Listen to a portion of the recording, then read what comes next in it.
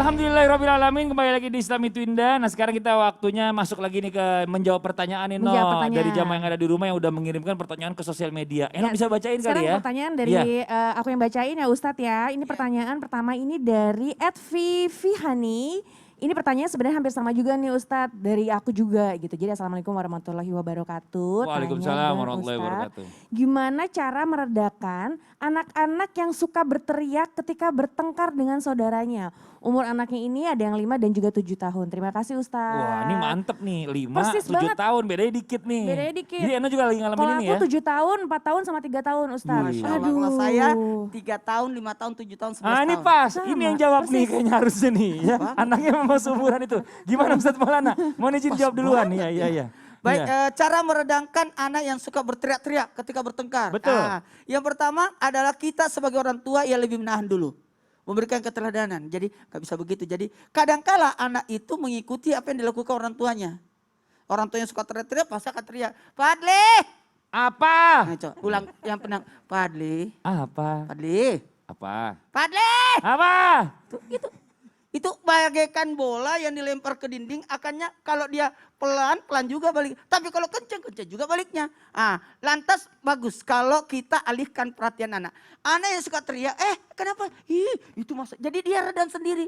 Oh, jadi dia alihkan perhatiannya. Alhamdulillah Rabbil Alamin, mendidik 4 anak di rumah itu luar biasa. Saya dapat pembelajaran, kayaknya saya harus bikin buku deh buat mereka, itu luar biasa.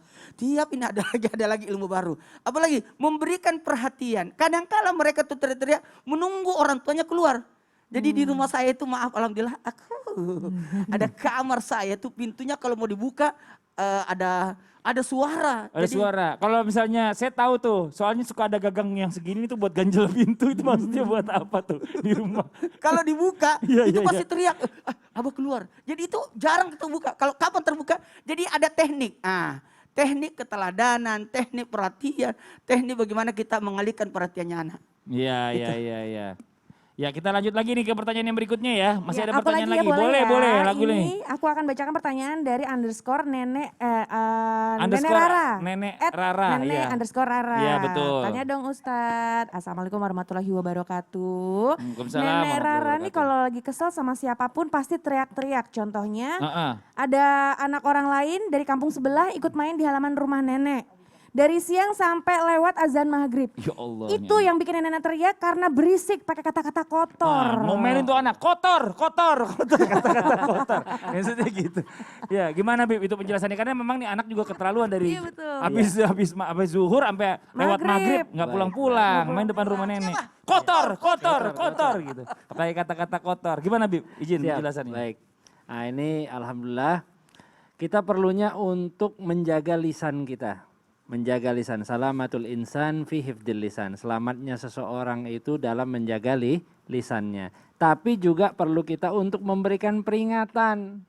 Peringatan yang jelas bahwa ini sudah azan maghrib. Udah tahu maghrib itu waktunya nggak panjang, cuma sedikit waktunya. Makanya ya nenek ini Masya Allah, mungkin mudah-mudahan Allah panjangin nomor nenek yang lagi bertanya nih.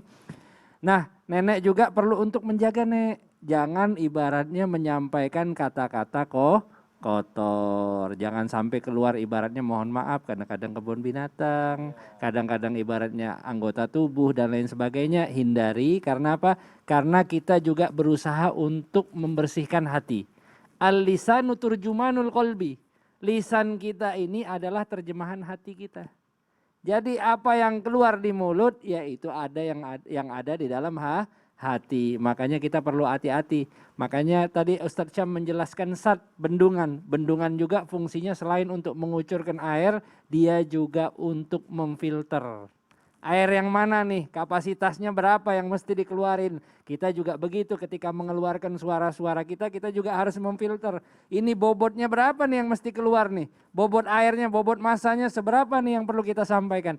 Nah itu juga ketika kita menyampaikan kepada orang, apalagi kepada orang lain, jangan sampai menimbulkan dendam, waliyadzubillah. Kalau seandainya tuh anak dendam akhirnya ngelemparin kaca dan lain sebagainya, ya rumah nenek yang hancur. Tapi mudah-mudahan rumah nenek tambah bagus ya insya Allah. Amin. Nah, Iya, makasih banyak Habib atas Jazakallah penjelasannya. Jazakallah khairan katsiran. Dan ini buat semua jamaah Islam itu yang lagi menyaksikan. Sekarang ya sama-sama kita berdoa nih. Minta kita doa buat juga selamat ya Ustaz Syam ya.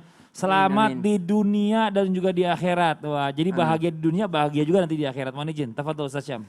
بسم الله الرحمن الرحيم الحمد لله رب العالمين اللهم صل على سيدنا محمد وعلى آله وصحبه وسلم اللهم إنا نسألك الهدى والتقى والعفاف والغنى اللهم إنا نسألك علما نافعا ورزقا طيبا وعملا متقبلا برحمتك يا أرحم الراحمين اللهم إنا نعوذ بك من الهم والحزن يا Allah kami berlindung kepadamu daripada sifat sedih wa na'udzu bika minal ajazi wal kasal dan kami berlindung kepadamu dari kemalasan wa na'udzu bika minal jubni wal bukhl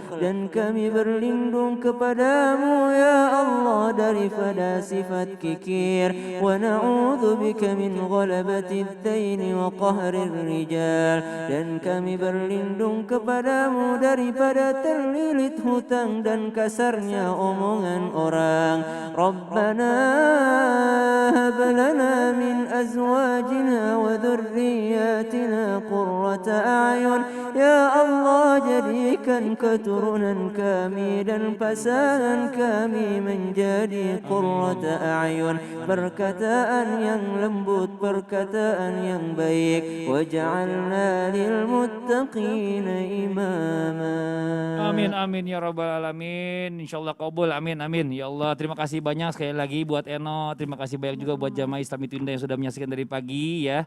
Sekarang saya mau mengingatkan lagi nih ya, mengingatkan kembali jangan lupa untuk selalu menjaga protokol kesehatan yaitu dengan 4M, menjaga jarak, memakai masker, mencuci tangan dan menonton Islam itu indah. Akhirnya saya Fadli undur diri ya.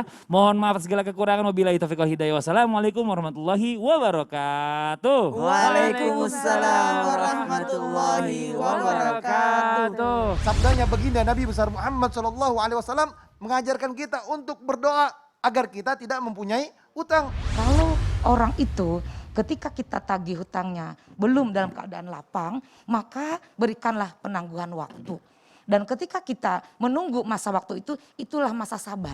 kita harus mengingat daripada hadis baginda Nabi SAW. Di mana Nabi SAW mengingatkan bahwasanya siapa yang berhutang lalu dia punya niat untuk membayarnya, maka Allah akan membantunya. Bacakan suratul Fatihah untuk orang yang kita berikan hutang. Bagaimana? Bisa karena Al-Fatihah dia pembukaan, membuka. Allahumma ftah abwabal khair, ya Allah bukalah pintu kebaikan untuk orang yang kita berikan hutang.